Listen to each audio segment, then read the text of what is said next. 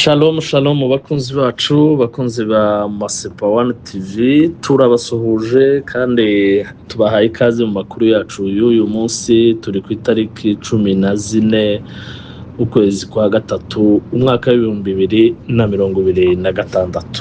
Amakuru yacu rero y'uyu munsi araza kwibanda kuri izi ngingo z'ingenzi zikurikira. Umujyanama wa Perezida Tshisekedi ariwe witwa Kongolo Jacques ari mu mazi abira. Hanyuma Minembwe nayo umutekano kugeza uyu munsi iminsi 3 irashize nta bitero FARDC igabye, usibye ko uyu munsi bongeye kandi gukoresha drone kugaba ibitero mu mihana ya za Karingi ndetse na za Karongi.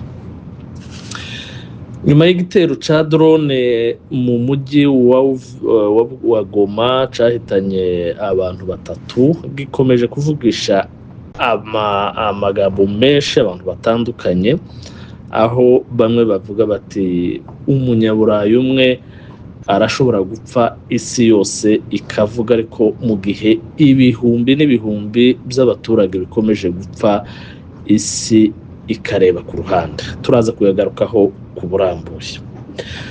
Nanone turakubitira muri Katanga ahavutse umutwe witwaje intwaro uvuga ko ugiye kurwanya leta ya Kinshasa. Uyu mutwe leta ya Kinshasa ikaba ivuga ko ufitanye isano rya bugufi na AFC M23.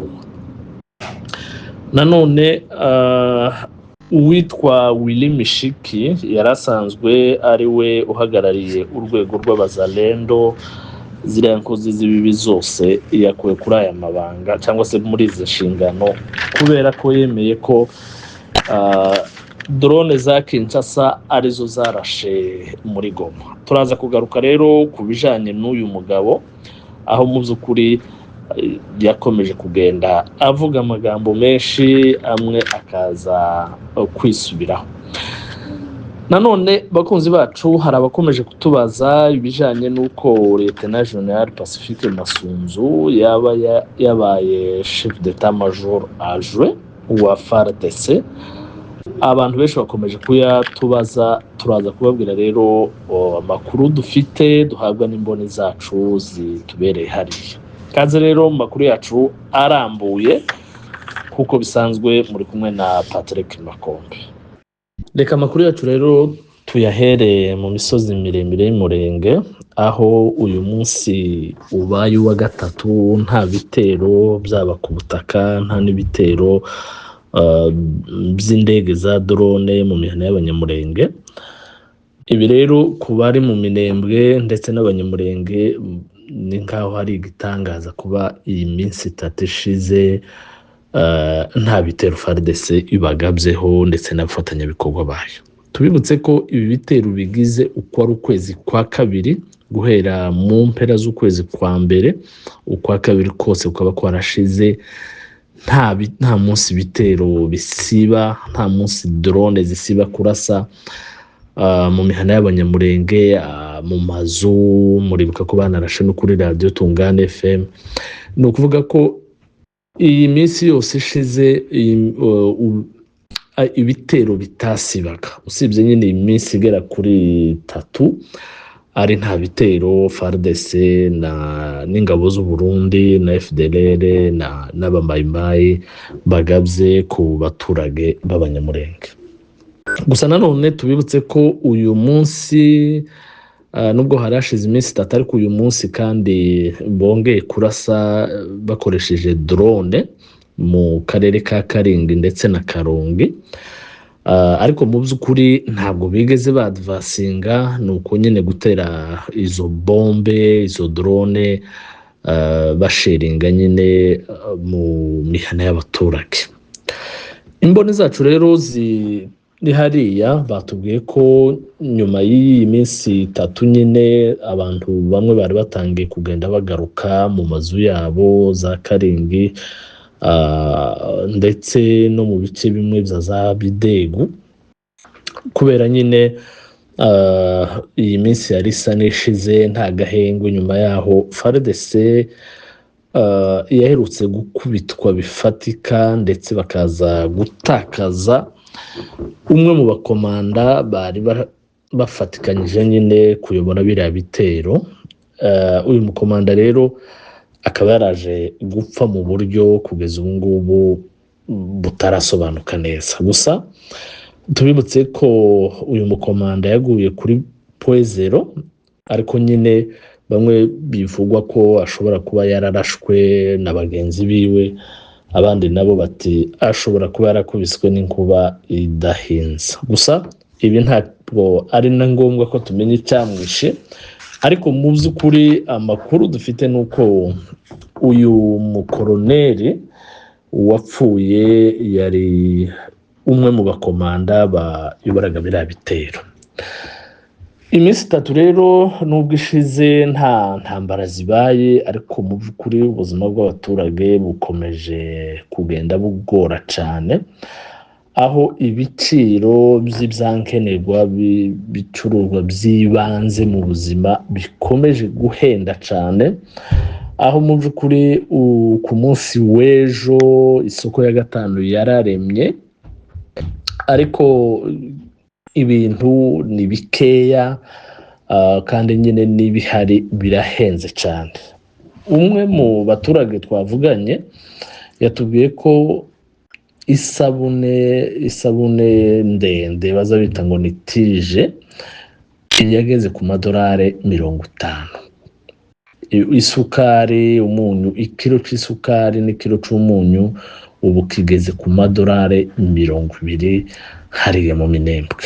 Byumvikane ko mu by'ukuri birahenze ku rugero nta handi hantu kuri iyi si ya rurema ibintu byaba bihenze bene aka kagero.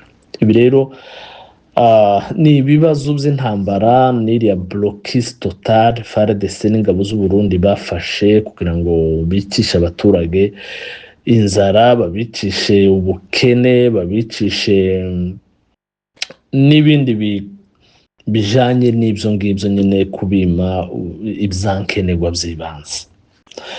Amakuru dufite nuko hari bamwe mu baturage bagiye baja ku masoko yo ku Ndondo mbere yuko nyine aduyi yongera kandi gufata ziriya nzira no kugaba ibitero za Mikenke. Kugeza ubu ngubu abo baturage nabo ntibarabona uburyo bwo kugaruka mu mihana yabo. Mu by'ukuri nabyo ni ikindi kibazo nyine gikomeye kuba umuntu ashobora kugira ibyumweru 2 ari ku Ndondo yarabuze uko yogera iwiwe mu Minembwe. Ibi rero iyi blocus totale, uku gufungira abantu amayira, kubabuza uburyo bwo kwideplace, kubaburira ahantu bashaka, kubabogera ku masoko, ni ikintu rero abantu bose bakwiye kwamagana, kubera ko ni ubugome ndengakamere, ni wa mugambi nyine wa jenoside Tshisekedi akomeje gukora, nubwo amahanga akomeje kurebera ibibazo abaturage bakomeje gucana. Mu Minembwe rero nuko ariko bimeze. Murumva ko ayandi marembo yose nta habaye igitero, nta havuze imbunda uyu munsi nyine, usibye ako karere twari tuvuze za Karingi na za Karongi, niho gusa FARDC yagabye ibitero ikoresheje drone, ariko abasore birwanaho n'ubundi bakomeje kubyitwaramo gitware, kuko banze gutega amajosi ngo umwanzi ateme. Bakunzi bacu rero nuko niko byifashe ahandi hose muri ho plateau, Indondo ya Bijombo naho hari tuze. Nyuma yaho nyine umwanzi yari yagerageje kugaba ibitero yinuka mu za Uvira, hariya za Mitamba, ariko nabwo yaje kuvugutirwa umuti, arakubitwa cyane bifatika. Ubu nyine hakaba naho hageze nk'iminsi ngahe hari tuze.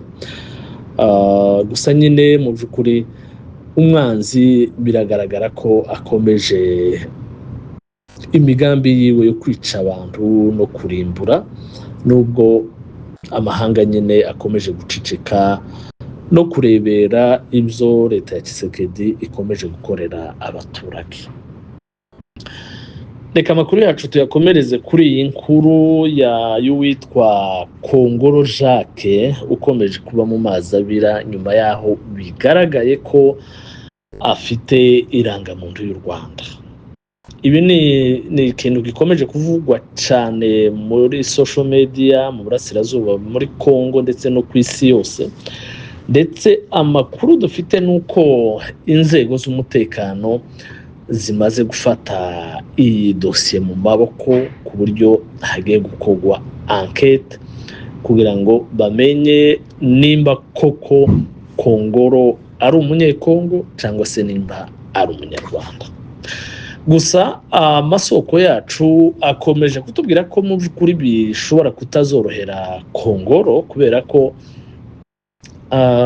uriya mwanya ni umwanya ukomeye cyane ugomba kubamwo umuntu nyine w'umukongomani udafite ubwenegihugu bundi, cyane udafite ubwenegihugu bw'u Rwanda, kuko mubizi u Rwanda na Congo bifitanye umubano mubi muri iyi minsi. Abantu benshi rero baravuga bati uriya mwanya kugira ngo ujemo umuntu ufitanye isano n'u Rwanda ni umwanya uri strategique, ni umwanya uri suppose kuba ashobora kuaccessinga ku mabanga menshi y'igihugu. Bati bityo rero umuntu ufite deja isano n'u Rwanda cyangwa se ufite kera ubwenegihugu bubiri adashobora kuguma muri uriya mwanya. Ikindi congeyeho, murabizi ko muri Congo ubwenegihugu bwa Congo itegeko nshinga rivuga ko ntawemerewe kugira ubwenegihugu bubiri. Bivuze rero ko kuba Kongoro yarafashe ubwenegihugu bw'u Rwanda akaba afite n'irangamuntu, akaba yarahakuriye, akaba yarahigiye, ibi rero mu by'ukuri ntabwo bimworoheye. Inzego z'umutekano n'iperereza, amakuru dufite nuko bamaze gufata iyi dosiye mu maboko, bagiye rero kuyikurikirana. Igisigaye ni ugutegereza ikizavamo. Gusa nanone nta wabura kuvuga ko bitazorohera Kongoro kwisobanura no guhakana ko uyu nguyu atari we cyangwa se iyi atari irangamuntu ye, kubera ko iyi rangamuntu ni iya Kongoro, ni original, ni authentique, ntabwo ari biriya mubona bihimbwa. Biriya rero ni icyangombwa ciwe ca vrai cyuko yari ari umunyarwanda. Ibindi rero ni ukubihanga amaso tukazareba ikizavamo. Gusa nanone hari abavuga ko wenda leta ya Kinshasa ishobora kutabiha agaciro cyane kubera ko yagaragaje ubugome ndengakamere afitiye bene wabo. Bityo rero leta ya Kinshasa ikaba ishobora kwirengagiza ibi bindi kugira ngo ikomeze kumukoresha mu kwica bene wabo no kugirira bene wabo nabi, ndetse no kugenda areguza nyine, nduzi ko ari ukureguza avuga ubujambo muri presidence abwira Tshisekedi iby'abanyamurenge barose cyangwa se batekereza, no kugenda rero agaragaza nk'umunyamurenge ubeshuza jenoside bene wabo barimo gukorerwa. Iyi ni imwe mu mpamvu wenda ishobora gutuma Tshisekedi avuga ati ibyo byose ni mu byihorere, ntaco bitwaye, apfa kuba gusa ari umwanzi w'ubwoko bwe, apfa kuba agaragaza gusa ko ibyo turimo gukorera abanyamurenge abishigikiye, abidefanda, ndetse anabafasha mu mastrategie amwe kubera ko n'umunyamurenge, kubera ko azi ibibera hariya. Bati rero abantu benshi bakabona ko bashobora kumureka agakomeza agakora kubera ko akomeje nyine kugaragaza ubugome ndengakamere n'urwango afitiye bene wabo. Bakunzi bacu rero reka dukomereza amakuru yacu mu mujyi wa Goma nyuma yaho leta ya Kinshasa igabye ibitero bya drone byahitanye abaturage bagera kuri batatu harimo umumanitere ukomoka mu Bufaransa. Iki gitero gikomeje kuvugisha abantu benshi cyane. Nuko icambere twavuga nuko amahanga ibihugu bitandukanye byagaragaje kwamagana iki gikorwa, bavuga ko cibasiye abayimanitere, kucamagana ndetse no gusaba ko hagomba guhagarikwa intambara. Igitangaje gusa nuko ibi bihugu bikomeye birimo Amerika, birimo Ubirigi, birimo Ubufaransa, yewe birimo n'ibindi bihugu bitandukanye n'amaorganisation internationale akomeye, nubwo avuga ko bamagana, ariko igitangaje nuko bavuga ngo barasaba impande zose guhagarika intambara aho kudoma urutoki kuri leta ikomeje kugaba ibi bitero. Ikindi nuko ibi bihugu byose n'amaorganisation akomeye yaba nizo za MONUSCO yaba na za Union Européenne n'ibi bihugu twari tumaze kuvuga byamaganye kandi bigatanga pole ku muryango w'uyu Mufaransakazi. Abantu benshi rero baribaza ukuntu ibihugu byose bishobora kuvuga mu gihe umunyaburayi umwe yapfuye, ariko baracecetse mu gihe abantu bagera ku magana n'ibihumbi bakomeje gupfa, ibihugu bikomeye n'aya maorganisation yararuciye ararumira.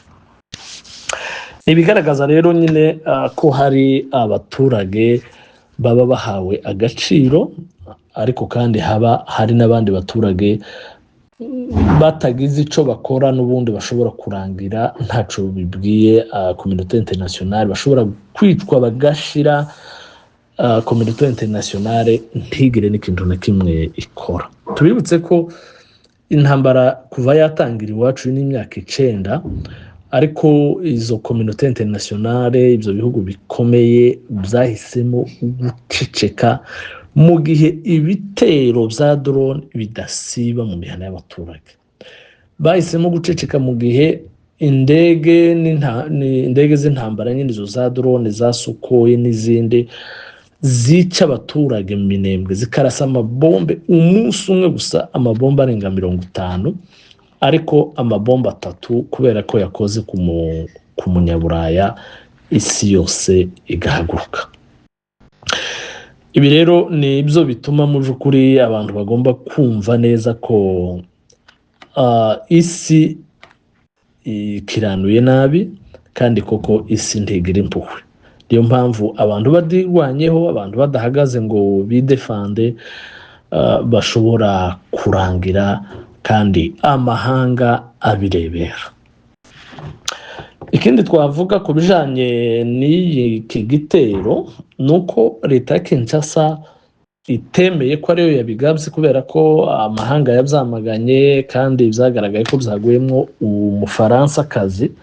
Leta ya Kongo yiretira kubitangaza cyangwa se kurevandika igitero, ariko kandi ntiyanahakana ko atariyo yagiteye, ahubwo nyine isohora itangazo ryo kujijisha ivuga ko hazaba amatohoza. Umuntu yakwibaza nimba mu by'ukuri umwicanyi ushinjwa kwica abantu ari we n'ubundi ushobora gukora amatohoza ku bwicanyi yakoze. Ni ibintu nyine bitumvikana, usibye ko isi yahengamye, isi icuritse, aho kwita ku burenganzira bw'abaturage no kwita ku kuri kw'ibyabaye. Ubu nyine isi yahengamiye ku mabuye y'agaciro no ku nyungu zabo bwite. Reka dukomereza amakuru yacu muri Katanga, ahavutse umutwe witwa ko ari abakatakatanga. Uyu mutwe rero ukaba Kinshasa ivuga ko ngo ufitanye isano na AFC M23. Ibi rero ni n'urwitwazo kuko abantu benshi babizi ibintu byose leta ya Kinshasa ibitagenda byose aho batashoboye ibyo batashoboye gukora byose amadetournema yose bakora ubwicanyi bwose bukora aho abaturage bagaragaje kudashigikira leta byose byitirirwa AFCM 23 ariko rero bizakomeza kubagora kubera ko muri Katanga murabizi ko ni wabo wa Perezida Honorable Joseph Kabila, ni wabo wa Moise Katumbi uri mu buhungiro, na Kabila nyine murabizi ko nawe atari muri Katanga kubera impamvu z'umutekano we. Bivuze ko mu by'ukuri hariya hari abayoboke benshi cyane baba bayobozi kandi bababajwe n'igitutu n'igitugu leta ya Tshisekedi ikomeje kubatwaza. Gusa rero igitangaje nyine nico nuko leta ivuga iti uyu mutwe nawo ufitanye isano na AFCM 23 ariko mu by'ukuri bo baba bayifitanye bo baba batayifitanye, nuko gusa iyo abantu bahuje umwanzi ibyo bishaka kubagirira inshuti, ariko kandi turabizi ko leta turabizi ko hari imitwe myinshi cyane irwanya nyine ubutegetsi bwa Perezida Tshisekedi. Murabizi ko no muri Maniema barahari, hariho groupe y'abamayimaye nayo rimwe na rimwe ikunda kurasa ku mapozisiyo ya FARDC. Murabizi muri za Maindombe barahari, murabizi ahantu henshi hari imitwe yitwaje intwaro mu by'ukuri irwanya leta. Gusa nyine nuko ibi byose leta ya Kinshasa yabonye urwitwazo rwo kuvuga cyangwa se rwo kwegekaho amakosa yose bakoze n'ibyo badashoboye gutunganya. Dukomereza amakuru yacu kuri iyi nkuru y'uyu mudepite witwa ngo ni Willy Mishiki yakuwe mu nshingano ze zo kuyobora abazalendo nyuma yaho yemereye ko igitero cagabwe kuri Goma cyari cyo kugira ngo bisubize umujyi wa Goma. Uyu mutegetsi rero ni umutegetsi ukunze gusa n'ufite diare yo mu kanwa kubera ko ibintu byinshi abashaka kubyitirira abazalendo, abashaka kugira ngo agaragaze ko abazalendo hari ico bakora, bafite imbaraga, aribo barwana. Nyuma rero yahavuze ko bari hafi kubohoza umujyi wa Goma, nako gufata umujyi wa Goma bakawukura amaboko ya AFC.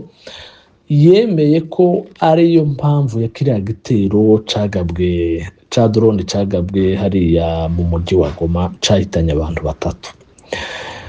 Uyu mudepite rero akimara kubivuga isi yarabyamaganye, leta ya Kinshasa ibabazwa nuko hari umuntu wemeye ko aribo bagabye biriya bitero, mu gihe mu by'ukuri isi yose irimo kubyamagana kandi byabayemo ubugome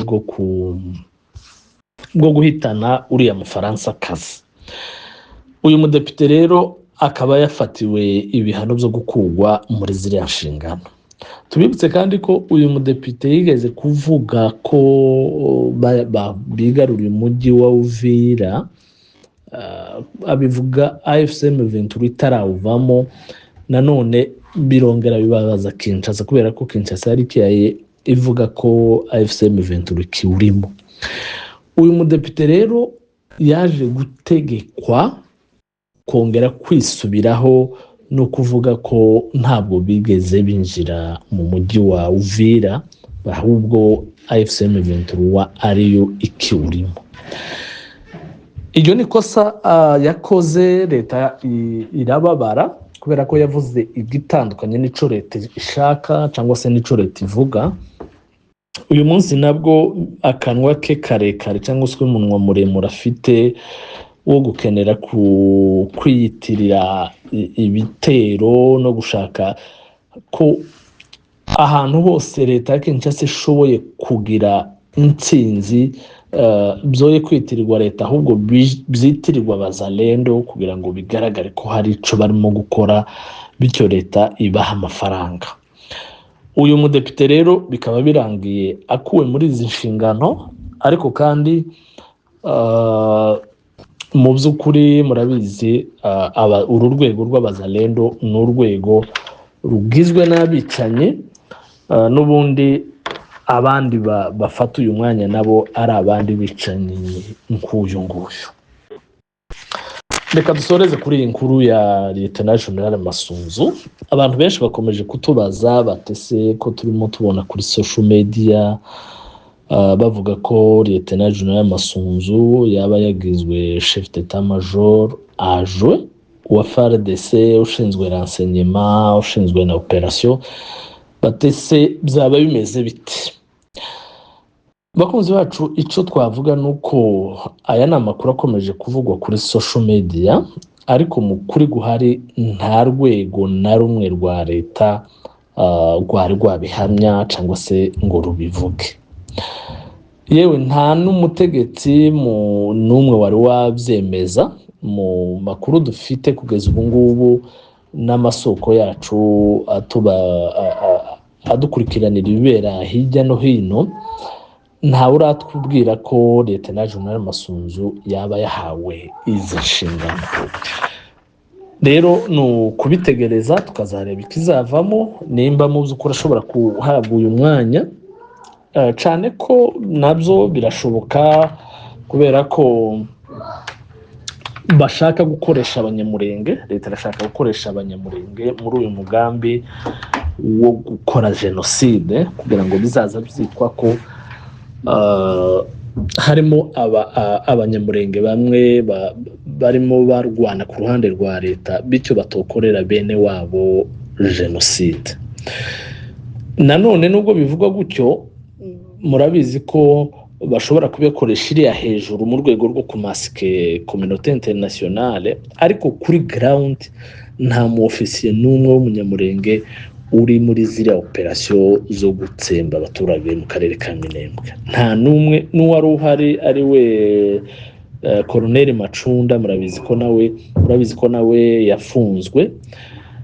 Ubu nyine igikorwa kikaba gifite ingabo z'u Burundi, FARDC n'abazalendo bonyine, hatageze n'umunyamurenge n'umwe cyangwa se umututsi n'umwe ubigiramo uruhare. Ibi rero ni mu rwego rwo kugira ngo bazakore icyo bashobora gukora cyose kuri tere, ntawe ugize impuhwe, kubera ko murabizi nta musirikare wabona barimo batema umukecuru, mama wiwe cyangwa nyirasenge cyangwa nyina wabo cyangwa nyirabukwe ngo bireke kumukoraho cyangwa se ngo acece karebere.